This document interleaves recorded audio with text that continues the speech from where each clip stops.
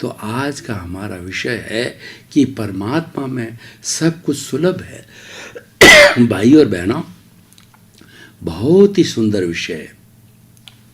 परमात्मा किसे कहते हैं? एक तो होता है जीवात्मा, हमारी आत्मा वही है, उसका रूपांतरण होता है, उसकी शुद्धि होती है, उसका डेवलपमेंट होता है, उसकी तरक्की होती है। तो हमारा नॉर्मल व्यक्ति, सामान्य व्यक्ति जो कि खान पान करता है और 5 इंद्रियों के सुख के अंदर ही डूबा हुआ रहता है और खाओ पियो ऐश करो, eat drink and B Mary, अच्छे अच्छे बंगले बनाओ और अच्छे गाड़ियों के अंदर घूमो, अच्छे जगह घूम के आओ, बगीचों में घूम के आओ, अच्छी होटलों में खाना खा के आओ। केवल इसी लेवल पर ही कार्य करता है तो वो जीवात्मा कहलाता है। यानी उसकी सोच एक सामान्य व्यक्ति की तरह होती है।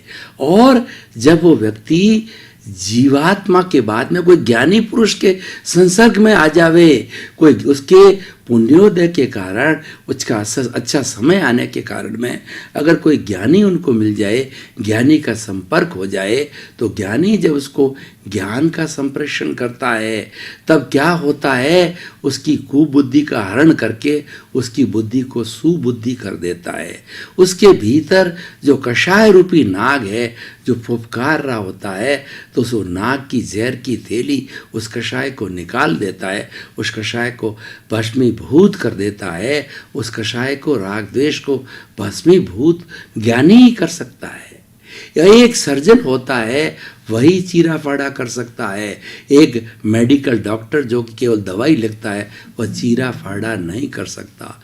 अज्ञानी व्यक्ति जो है वह व्यक्ति का रूपांतरण नहीं कर सकता है, वह तो खुद अज्ञान से भरा हुआ है।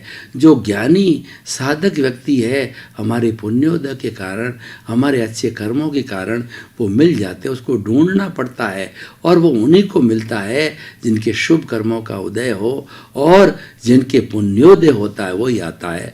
और वो ज्ञानी जो है वो जब अहंकार को भस्मीभूत कर देता है तो उसके आने वाले कर्मों का बंधन रुक जाता है और उसके जन्म जन्मांतर के कर्म है जो कि कर्म शरीर के रूप के अंदर व्यक्ति साथ लेके आता है। देखिए, इस हमारे शरीर की कितनी विशेषता है कि हमारा जो कुछ भी जन्म जन्मांतर के अंदर अच्छे बुरे भाव किए, अच्छी बुरी भावनाएं की है, उसकी सारी प्रॉपर्टी हमारे इस जन्म में रहती है।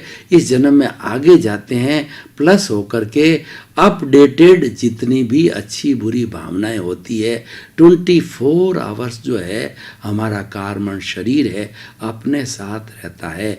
जैसे कि वेबसाइट अपडेट होती है, जैसे कि जो है हमारा जो मोबाइल ऐप अपडेटेड होता है, और जैसे कि वो किसी संस्था की जो है जो एक्टिविटीज़ अपडेट होती है। आजकल अपडेट का ज़माना है कि अभी तक हमने कितना कार्य किया, अभी तक हमारे क्या अचीवमेंट्स है, अभी तक हमारी क्या बॉटल नेक है और अभी तक हम किस लेवल पर पहुँचे हैं, उसका ब्लूप्रिंट निकालता है, उसका रोड मैप निकालता है और वह लोगों के सामने अपडेटेड प्रस्तुत करता है। तो ठीक उसी तरह से ज्ञानी जो है अपडेटेशन करता है कि वो हटाया, उन्होंने अहंकार को हटाया जो कि कर्म बीज था, जो कि सबको कर्मों का करने वाला होता और फॉर एवर समाप्त कर देता है।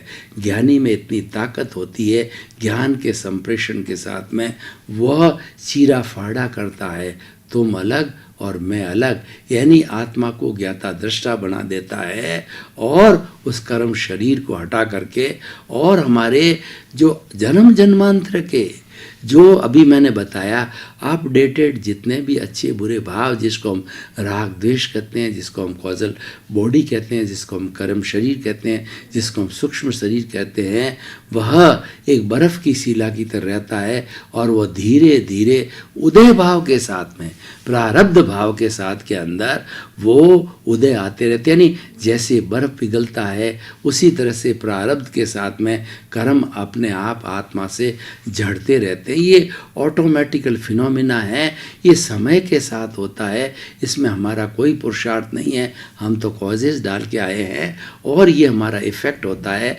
और कितने समय तक ये कर्म हमारे आत्मा के साथ रहेगा, ये कॉज डालते समय, कर्म बंधन करते समय डिसाइड हो जाता है। प्रकृति, स्थिति, प्रदेश और अनुभाग, 4 बातें हमारे पूर्व जन्म के अंदर हमने कर्मों का बंधन किया। तो कौन से कर्म का बंधन किया? 8 कर्मों की 148 प्रकृति है, ज्ञानावर्णीय, दर्शनावर्णीय, वेदनीय, मोहनीय, आयुष्य, नाम, गोत्र, अंतराय, इसकी 148 प्रकृतियाँ हैं। तो हमने कौन सा जो है, कौन सी प्रकृति का कर्म अर्जन किया, और स्थिति यानी हमारे कैसे भाव थे कर्म बंधन के समय के अंदर, हमारी जो फिल्म चल रही है, हमारा कैसा रिएक्शन है उसके बारे में